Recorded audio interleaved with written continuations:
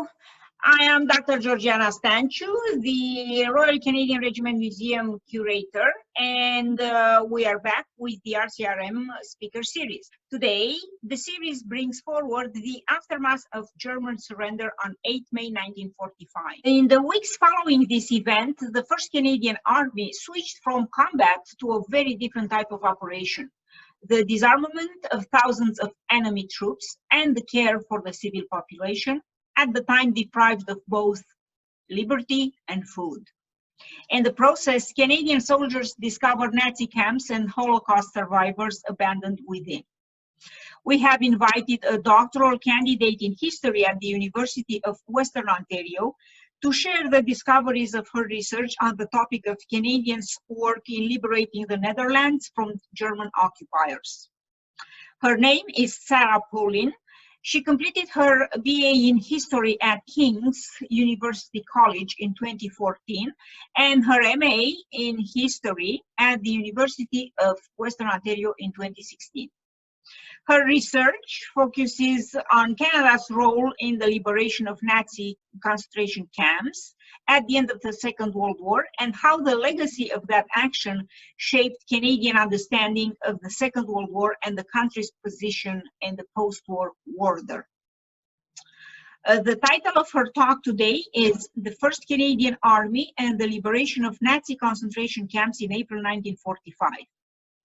She will explore the little-known role of Canadian soldiers in the liberation of concentration camps and how these soldiers moved from fighting to providing humanitarian relief assistance. They dealt with challenges that 6 years of war had not prepared them to face. On one hand, the logistical issues of securing essential supplies necessary to battle mass famine, malnourishment, and disease. On the other hand, they had to handle longer-term issues such as the repatriation of the camp survivors. And now let's listen to Sara's talk. Good morning, afternoon, or evening to anyone and everyone turning into this talk. My name is Sara Poulin, and I am a PhD candidate in history at the University of Western Ontario in London, Ontario, Canada. I want to thank the Royal Canadian Regiment Museum, their staff, and especially the director of the museum, Dr. Stanciu, and Mark Vogelsang for their work in ensuring the continuation of the RCR 2020 Speaker Series in light of a certain recent global pandemic. I am excited to still have the opportunity to give this talk, be it in this modified format. The research I am going to present in this talk comes from my larger work currently ongoing for my PhD thesis. Over the last few years, I have examined the place of Canada in our understanding of the liberation of the Nazi concentration camps at the end of the Second World War. Typically, when historians have examined the history of liberation, they have focused on the American and the British liberators. And this makes sense for many reasons. The American and the British armies liberated the largest and the most populated camps, such as Dachau, Buchenwald, and Bergen-Belsen. This is where the majority of those who had survived the Holocaust were found in the spring of 1945, meaning their stories are the most common ones we know about liberation. For Canadian historians, often instead, they have focused on Canada's liberation of the country of the Netherlands and the role our armies played in freeing the Dutch people from German occupation. This is an incredibly important part of the Canadian war effort during the Second World War and is seen by many as Canada's greatest contribution. What is often missed from these accounts, however, is Canada's liberation of smaller Dutch camps in the transit camps, the most well-known of which was Westerbork. So, all of that being said, my larger research works to reconcile these two separate histories of the Second World War, showing Canada's role in liberating smaller camps, like Westerbork, is not only integral to the liberation of the Netherlands and the concentration camp system, but also our greater understanding of Canada, our role in the Second World War, and our position in the post-war period. For the purposes of this talk, I will be focusing on the actions of 1st Canadian Army, a formation of the British Army in which most Canadians fighting in northwestern Europe in 1944 and 1945 were a member of. Members of 1st Canadian Army serving in the Netherlands in April 1945 liberated Westerbork Transit Camp, the largest of the 4 camps found by the Canadians in the Netherlands. This talk will discuss what occurred during the Second World War to allow for a place like Westerbork to even exist, how 1st Canadian came to be at the camp in 1945, how Canadians, upon discovery of the camp, helped survivors found within to rebuild their lives, as well as Dutch citizens that the Canadian soldiers helped throughout the country. As 1st Canadian Army crossed northwestern Europe in the spring of 1945, their target was Berlin and the goal was winning the war. After years of fighting, these soldiers were accustomed to harsh conditions, but nothing could prepare them for what they were about to discover in the form of Nazi concentration camps. Canadian soldiers, like their allies, the Americans, the British, and the Soviets, who themselves had also discovered the realities of Nazi crimes and concentration camps, were left at a loss for how to handle the horrifying reality of the Holocaust. Tens of thousands of people, left abandoned in their final days before discovery, starving and near death. Thousands of dead bodies left unburied, stacked in piles or scattered around the camps. Evidence of mass murder in the forms of gas chambers found in these death camps. Throughout the process of liberating the camps, the Allies uncovered firsthand the scale of the genocidal violence undertaken by the Nazis.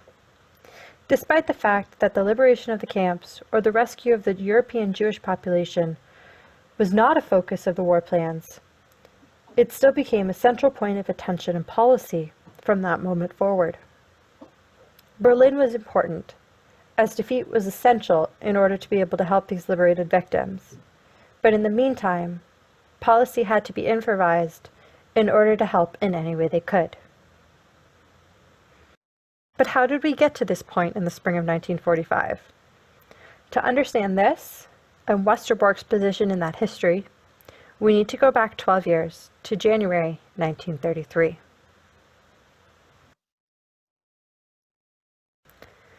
After years of campaigning and attempting to secure political power in Germany, Adolf Hitler, leader of the National Socialist German Workers' Party, or Nazi Party, was appointed Chancellor of Germany by President Paul von Hindenburg on the 30th of January, 1933. As Chancellor, Hitler was responsible for overseeing the German Parliament and overall running of its government.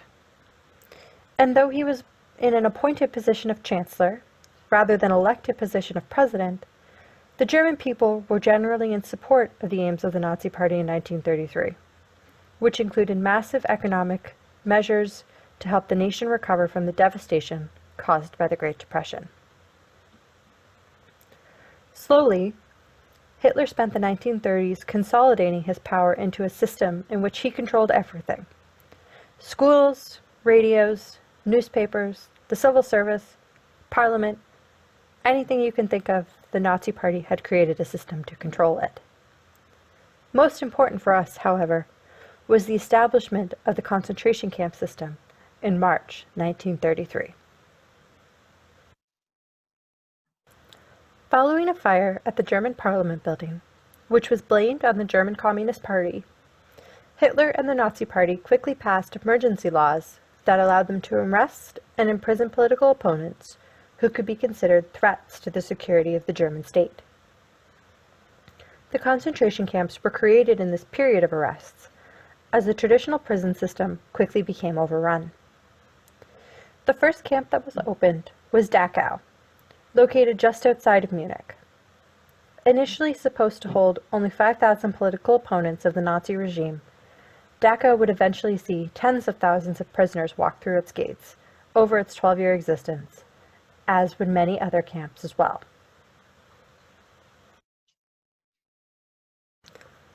The camp system would continue to change and expand throughout the 1930s.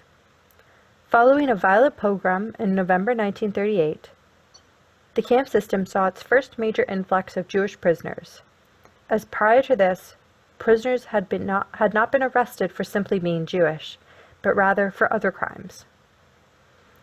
Beginning in late 1941, the Nazis established death camps, which had an entirely different purpose than the existing concentration camps.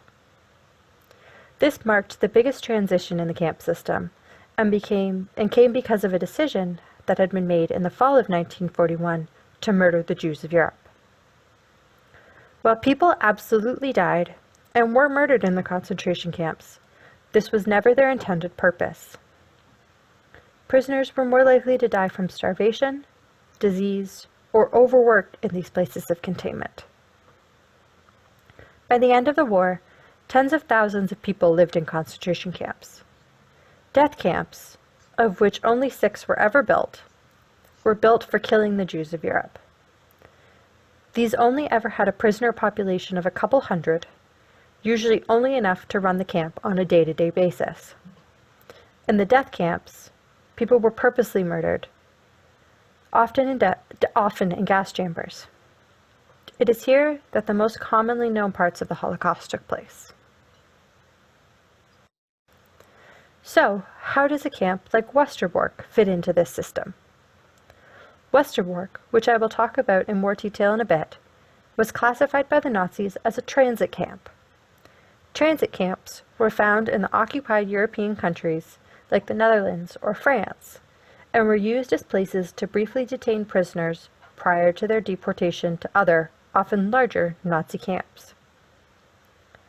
The populations who actually remained in these camps were usually small, which explains in part why less than 1,000 people were found in Westerbork by the Canadian troops in April 1945.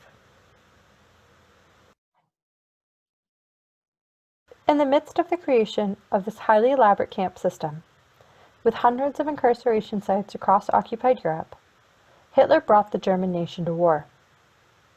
Throughout the late 1930s, Hitler made major political moves to take back parts of other European countries lost to Germany either because of the Treaty of Versailles, because they had significant populations of ethnic Germans, or because they had once been part of German territories prior to unification in 1871. Through these actions and more, including rearmament, it was evident Hitler was preparing to bring the German nation to war once again. Britain, France, and other major Western powers, unable to return to war so quickly, were hesitant to step in and prevent Hitler and his land claims. Believing they could delay war by letting him continue, the other major powers conceded land to Hitler in Austria, the Rhineland, and Czechoslovakia. This, however, did not delay war long, and only encouraged Hitler's greed. On the 1st of September 1939, German troops crossed the border into Poland, marking the formal beginning of the Second World War. When the Wehrmacht crossed the Polish border, formally marking the declaration of war, Britain and France found themselves obligated to join the war in defense of Poland, and both declared war on September 3rd, though the nation quickly fell under the might of the German and Soviet invasions. Soon after, however, more allies would follow in France and Britain's path, including Canada. However, unlike with previous conflicts, Canada had gained greater constitutional independence with the passing of the Statute of Westminster in 1936. This meant, amongst other things, that Canada now had the right to declare war independently from Britain. The Canadian government deliberated their entrance to war for another week before declaring war formally against Germany on September 10th. Like their allies, Canada, too, was wholly unprepared to go to war in September 1939. Every regular army unit in the permanent force was under strength, as was the Air Reserve and the Royal Canadian Navy. On top of that, none of the divisions had the modern equipment that would be needed to fight a war on the scale that would be required of them. Fortunately, many Canadians answered the call for war quickly, and in September 1939 alone, over 58,000 Canadians enlisted to fight, and by December, the first Canadian troops were on their way to Europe. This first group made up 1st Canadian Division, which included 18,376 men across 3 brigades, one each from Ontario, the Western Provinces, and Quebec in the Maritimes. Among those sent from Ontario included the Royal Canadian Regiment. The heart of the Canadian forces who served in the Second World War would be 1st Canadian Army. Formed in April 1942 by then Major General Harry Cryer, the former Chief of the General Staff, 1st Canadian Army was central to many actions in the Canadian war effort, including the 1942 Dieppe raid, the D-Day landings, the liberation of France, the clearing of the Scheldt estuary, and finally, the liberation of the Netherlands. For the purposes of this talk, I will not go into detail about the events of D-Day and the liberation of France, instead focusing in on the actions of late 1944 and 1945, like the clearing of the Scheldt estuary and the liberation of the Netherlands. Following the successful D-Day landings in June 1944, the Canadians quickly began to push across France, liberating major towns like Dieppe, Boulogne, Calais, and Le Havre throughout the summer and early fall of 1944. By the 1st of October, the Canadians had taken almost every port on the English Channel. However, none of these ports were large enough to handle the supply lines necessary to continue to push towards Berlin, so the Allies set their aims on taking back the large port of Antwerp in Belgium.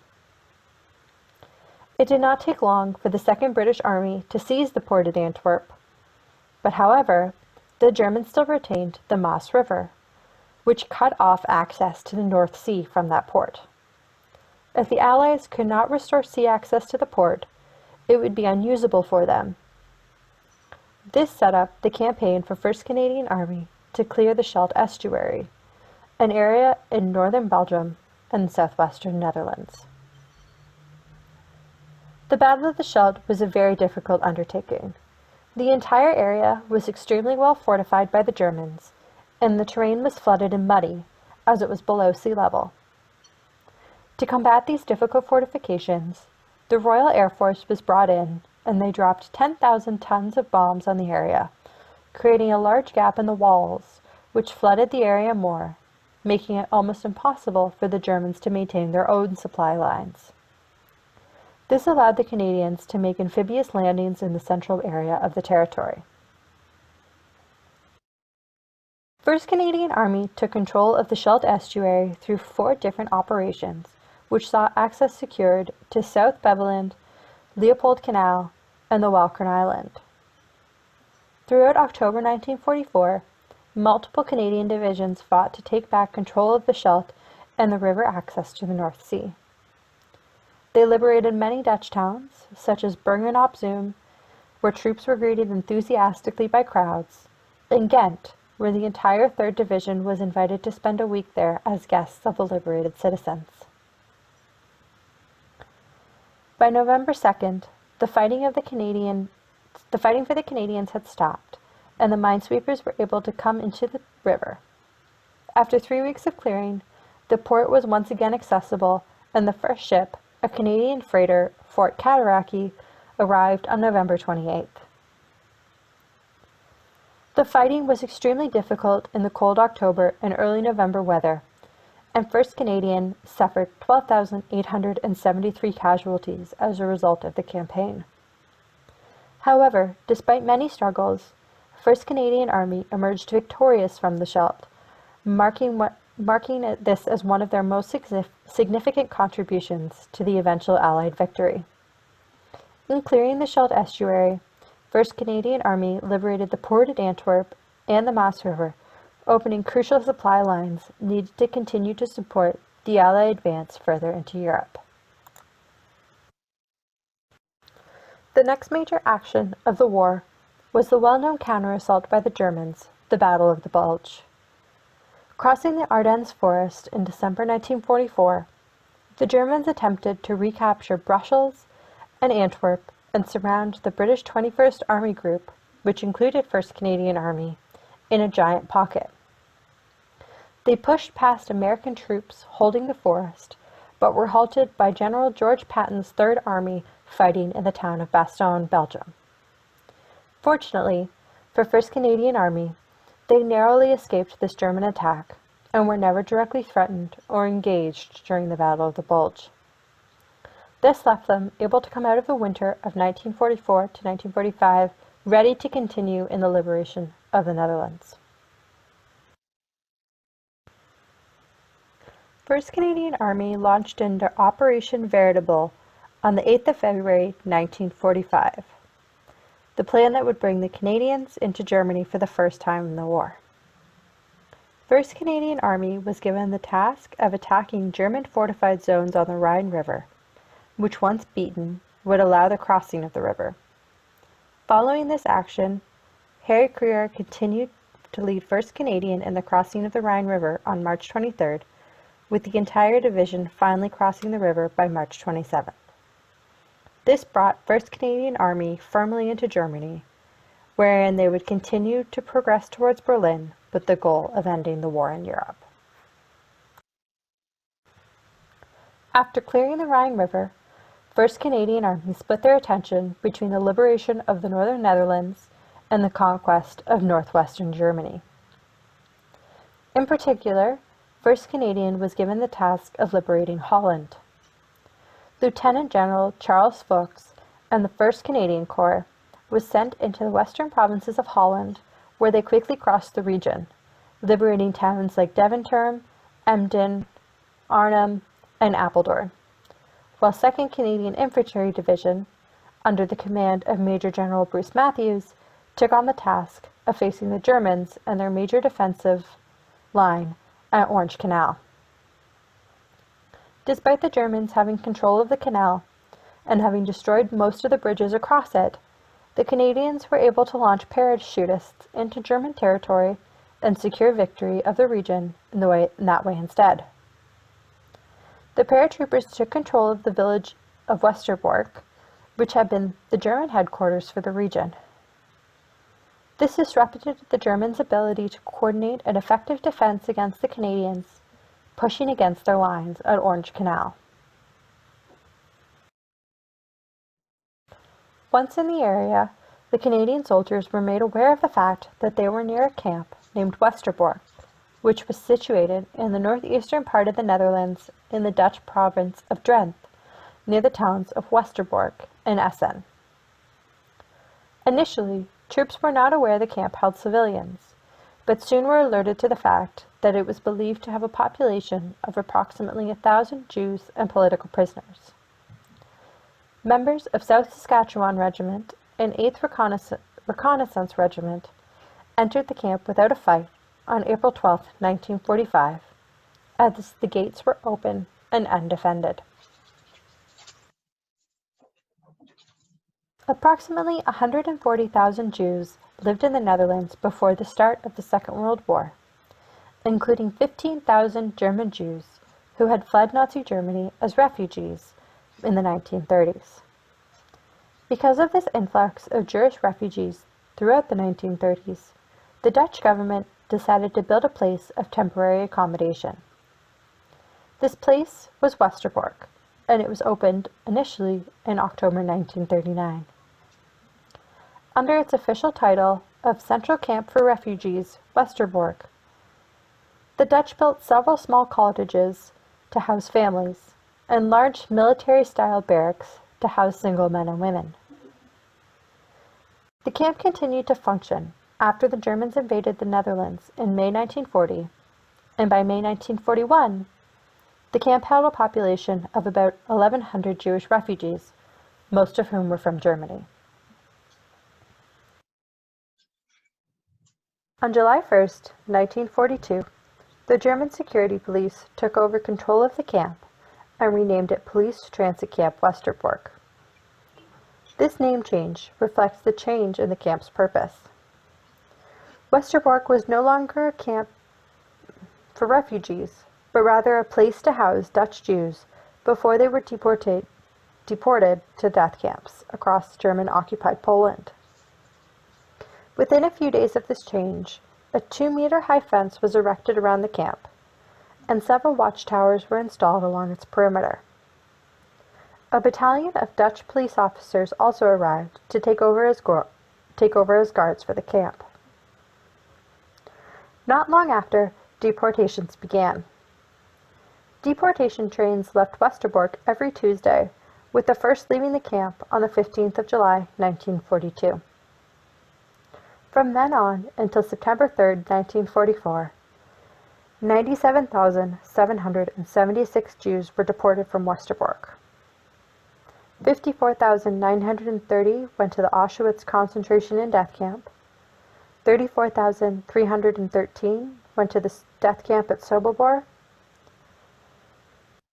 both of which were in occupied Poland.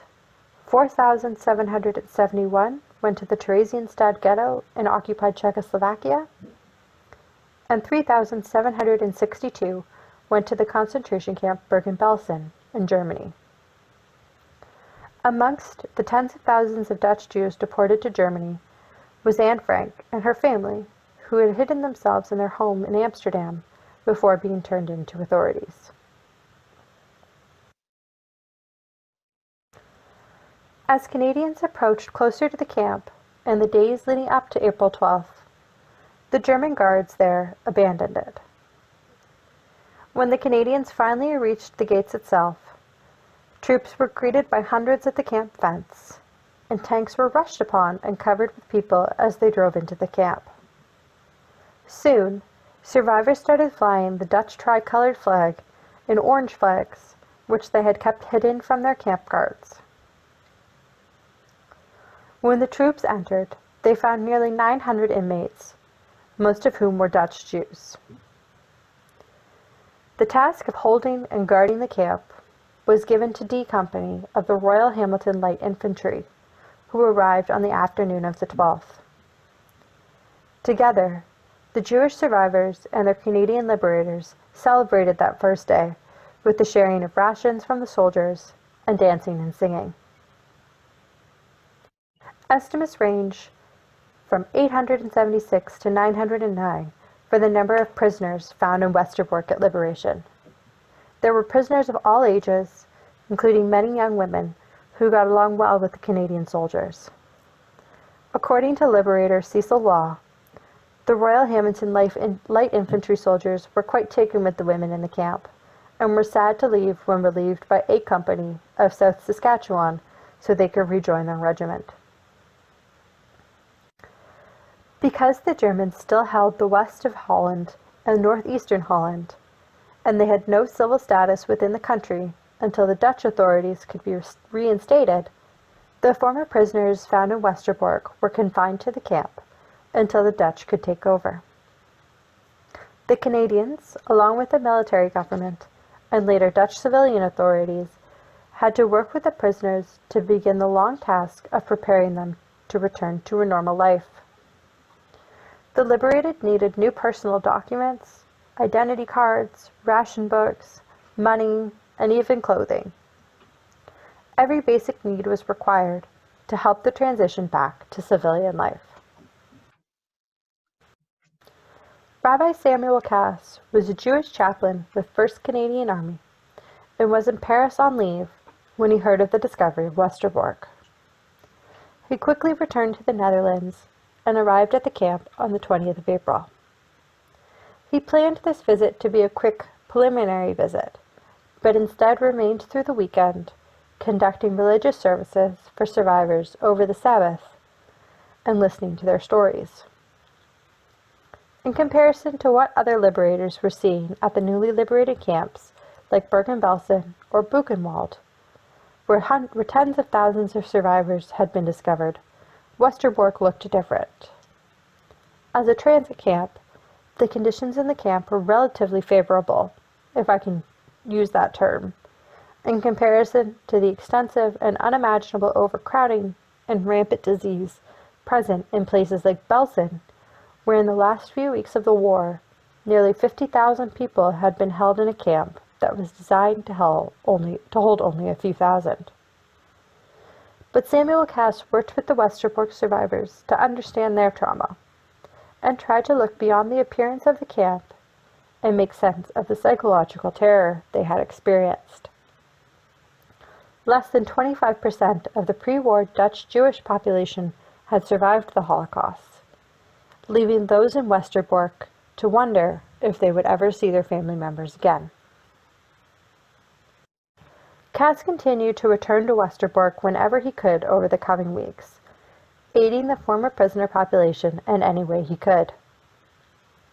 He quickly perceived the survivors lacked most basic necessities and started writing letters to friends, family, and organizations back in Canada requesting any aid they could send to the Jewish survivors. He helped them to acquire everything from sets of underclothes, coats, and handkerchiefs to furniture. But Cass didn't stop there. He also saw himself as an information broker, serving as a connection for those survivors hoping to find relatives that might have also survived. He obtained a list of camp inmates at the time of liberation and created a form letter which he was able to fill in with relevant information when he had the necessary information to track down possible relatives of any of the Westerbork survivors. He also helped Jewish people outside of the camp to try and determine if their family members had survived in Westerbork or in another camp across Europe. He connected with American, British, and Canadian Jews, including the future mayor of Toronto, Nathan Phillips, who asked Cass to help locate a friend's family member on his behalf. Cass also prioritized getting nutritious food for the survivors. He was cautious in feeding the survivors, knowing that many in the larger liberated concentration camps had died of overeating in the immediate days after liberation. Cass was able to secure vitamins and other appropriate foods for the Dutch survivors, both inside and outside of Westerbork. This work continued for months after the war ended, with Cass and his colleagues continuing to appeal to Canadians at home to provide whatever aid they could.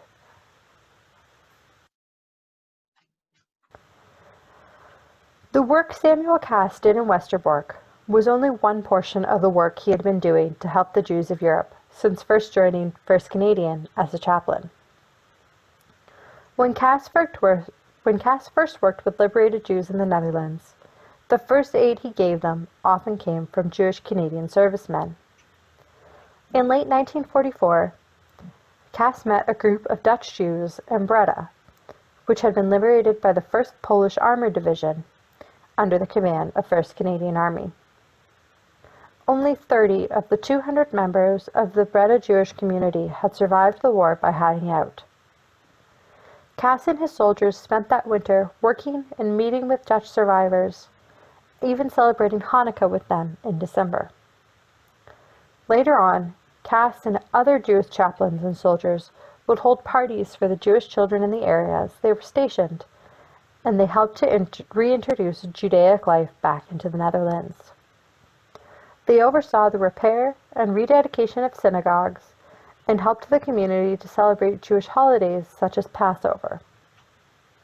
Together, they helped people transform their thoughts of having shame for being Jewish to celebrating their faith publicly once again.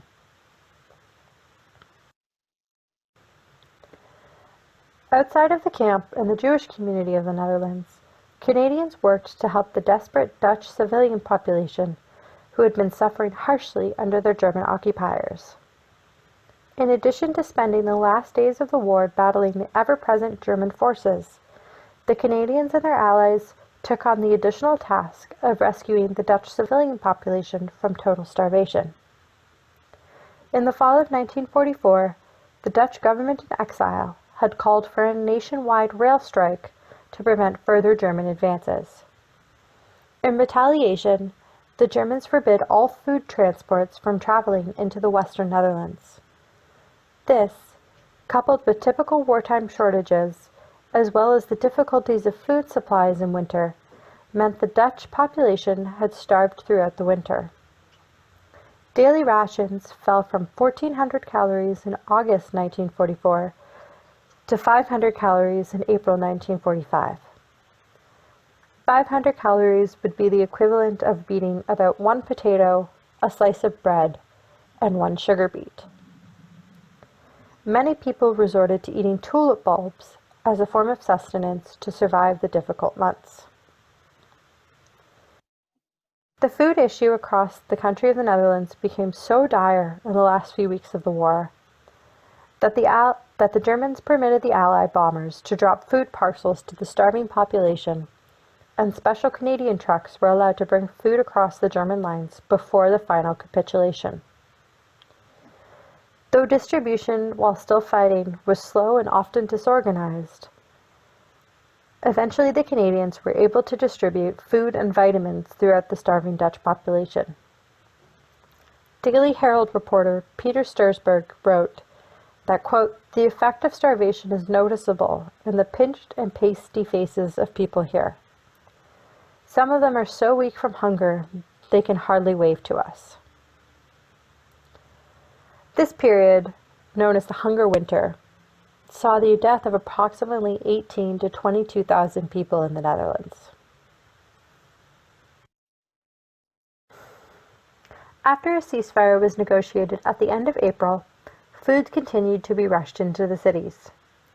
In Amsterdam, Stursberg described that the scenes reminded him of what he had heard about in the concentration camps of Bergen-Belsen and Buchenwald, where thousands of dead bodies had been found lying about the camp when the Allied liberators had arrived.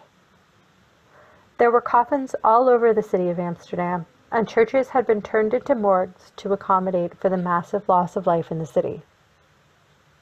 Speaking to city health officials, they explained approximately 8,000 people had died from starvation in Amsterdam, but that the estimated 10,000 ongoing cases would probably recover now that food was being brought into the city. That food continued to be brought in by Royal Air Force and Royal Canadian Air Force bombers who carried out Operations Faust and Manna in late April and early May 1945, dropping thousands of tons of food to the Dutch communities. Pilot Colin Friesen remembers seeing notes of thank you written on the top of barn roofs, showing just how meaningful the aid was to the Dutch population. By mid-June, the Allies had distributed 242,000 tons of food. General Charles Fuchs, commander of 1st Canadian Corps, accepted the surrender of the German forces in the Netherlands on May 5, 1945, 2 days before Germany formally surrendered, ending the war in Europe. Many Canadians remained in the Netherlands awaiting repatriation home, and some members of the Canadian Armed Forces later joined in the Allied occupation of Germany following VE Day. The last members of the Canadian Army Occupation Force returned home from Europe in June 1946. As Canadians, we are often reminded in each May of the liberation of the Netherlands and the celebrations that took place between the Dutch citizens and the Canadian soldiers in each town as the people were freed from Nazi tyranny. Peter Stursberg, in his Daily Herald reports, includes interviews with soldiers who describe their interactions with the Dutch. Trooper Kevin Pollard of Bradford talked of the difficulties of driving his Jeep with children who wanted to sit with him and crawl all over his car, while others described the flowers that showered their vehicles as they drove through the towns. Some described that when they arrived in certain towns, they were celebrated by officials and greeted with choirs of children singing the Dutch national anthem. Despite many soldiers describing the attention and celebration as exhausting, they did admit that, quote, "It's fun. Of course it is. You can't help being thrilled by the genuine delight of the people at seeing you, overwhelming though it may be." Canada and the Netherlands have continued to maintain this special relationship to today, marking just this past week the 75th anniversary of the liberation. The Second World War has often been referred to as a just war. The actions of defeating Adolf Hitler and preventing the spread of fascism across Europe, and the world have been accepted as a reasonable cause to fight in war. However, for many at the time, it was not until the realities of the destruction caused by the Nazis was revealed in these final months of war that the idea of a just war was accepted. The liberation of camps like Westerbork and the rescue of the Dutch population are just some of the ways that Canadians revealed for those at home the so-called just causes of having gone to war in September 1939. Westerbork, as a transit camp, represented one step in the process that saw millions of European Jews murdered at the hands of the Nazi regime, and their treatment of Dutch civilians exemplifies how enemies would always have been viewed. Canadians did not go to war to save the Jews of Europe or to rescue the Dutch population, and neither of these things was ever the intended purpose of the actions of the Canadian forces in April 1945. But they did reveal, as Tim Cook writes, the truth that the war had been a struggle against the malevolent and evil regime. After the war was over and victory secured, Canada continued to fight to restore Europe.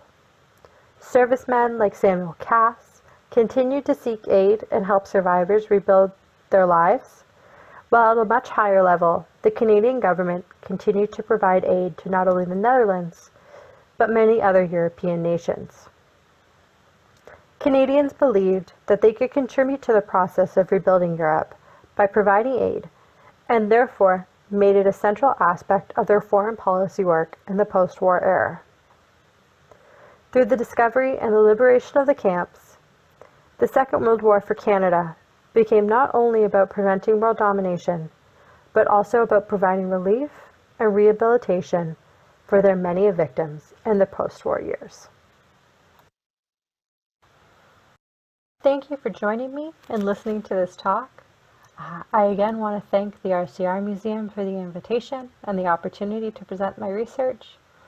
If anybody wants to reach out and contact me, you can find my university information on the Western University History Department website at history.uwo.ca, or you can feel free to reach out to me on Twitter at sgpoulin, and I would love to answer any questions or have any conversations about anything that I mentioned in this talk today. Thank you very much. Thank you, Sarah, for unveiling all these little known facts about how the meaning of the Second World War changed for Canadians upon discovery of the Nazi camps across Europe. Clearly, from there on, the conflict was not only about preventing Nazi domination, but also about providing relief and rehabilitation to millions of victims.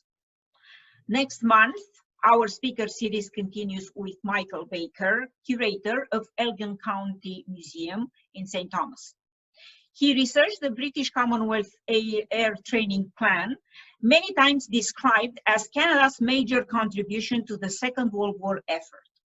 The talk will premiere on the museum YouTube channel on 18 June 2020 at 6 p.m.